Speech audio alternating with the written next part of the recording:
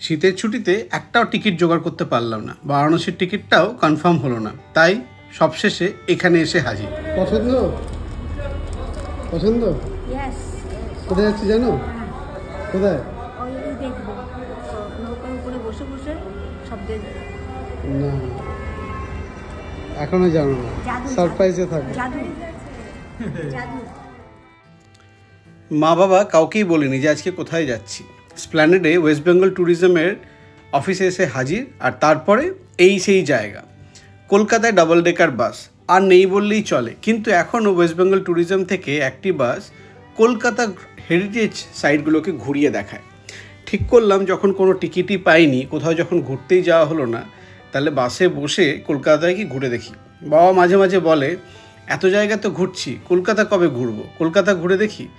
এখন পায়েরও জুত নেই, মা বাবা অতটা হাঁটতেও পারে না, তাই দেখলাম এটাই সব থেকে ভালো। শীতের দুপুরে রোদ পোহাতে পোহাতে বাপুজি কেক হাতে নিয়ে এর থেকে বেস্ট অপশন কিছু হবে না।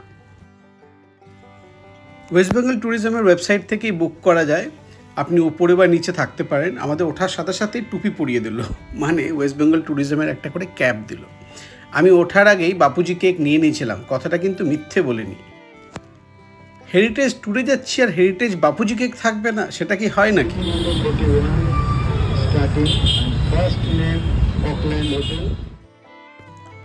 প্রথমেই বলে দেওয়া হলো গ্রেট ইস্টার্ন ললিত হোটেল, ডান দিকে রাজভবন।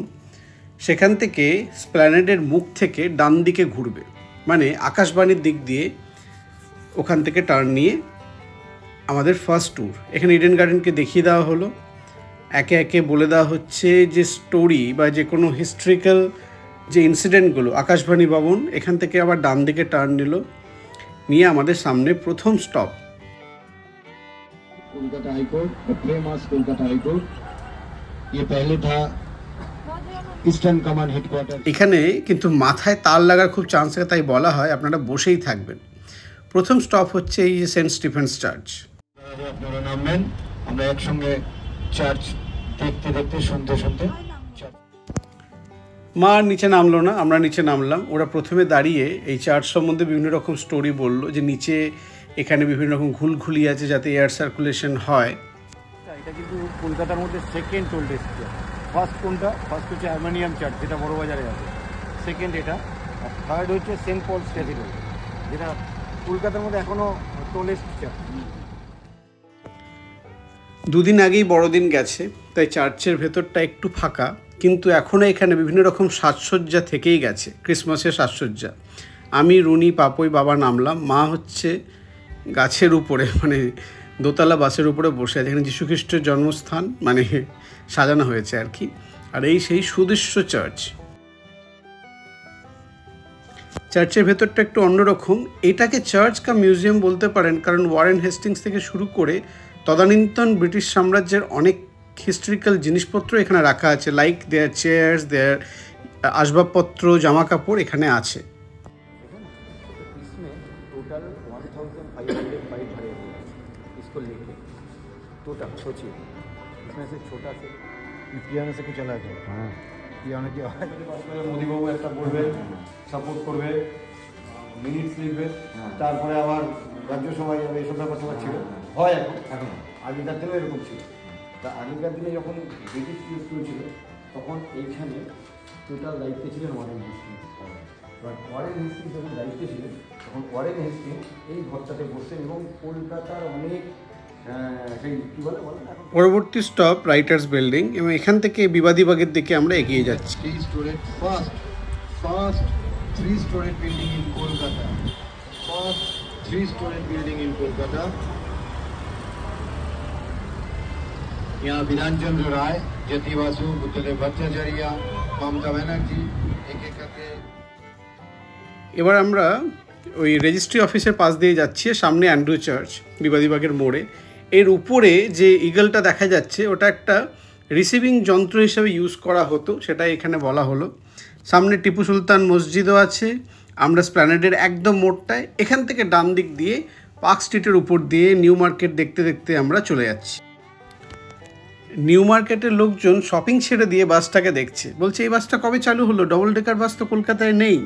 এনিওয়ে, মানে ডবল ডেকার বাস তো কলকাতা থেকে উঠে গেছে, বাট এই ঐতিহ্য হফ অন হফ অফ যেটাকে বলা হয়, হো বাস সার্ভিস বিদেশে চলে, কলকাতায় একটি আছে।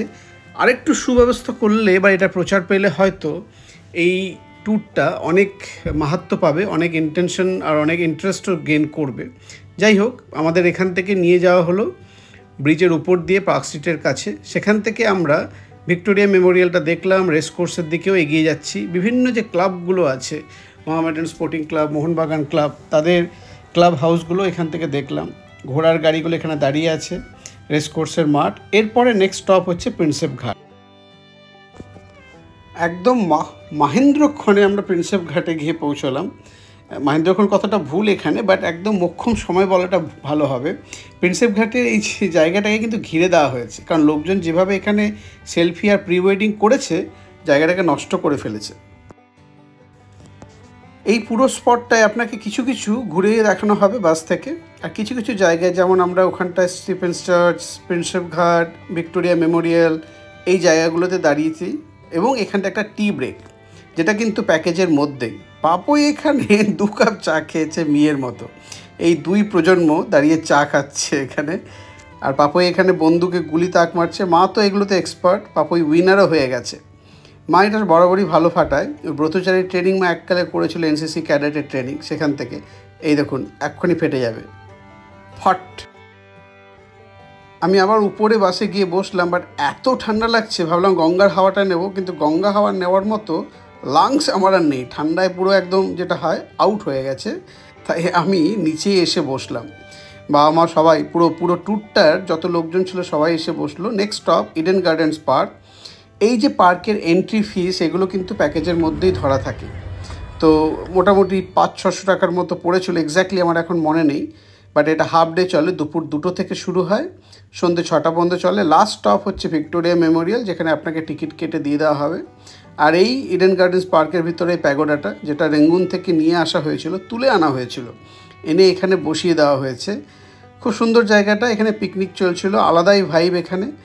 Last stop Victoria Memorial. Victoria Memorial তো অনেকবার ঢুকেছি, কিন্তু রাতে কখনো ঢুকিনি। আমরা যখন এখানে আসি প্রায় 7টা বাজতে 10-15, মানে লাস্ট লট আর কি ঢুকছে।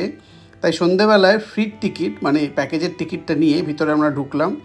একটা সুন্দর দিন কাটলো। রাতের আলোতে ভিক্টোরিয়া মেমোরিয়াল দেখতে খুব সুন্দর লেগেছে। প্রথমবার রাতের আলোতে আমরা দেখলাম ভিতরে ঢুকে। এই ট্যুরটা আপনারা নিতেই পারেন। এই ট্যুরটা অপূর্ব সুন্দরভাবে সাজানো, বয়স্কদের তো ভালো লাগবেই।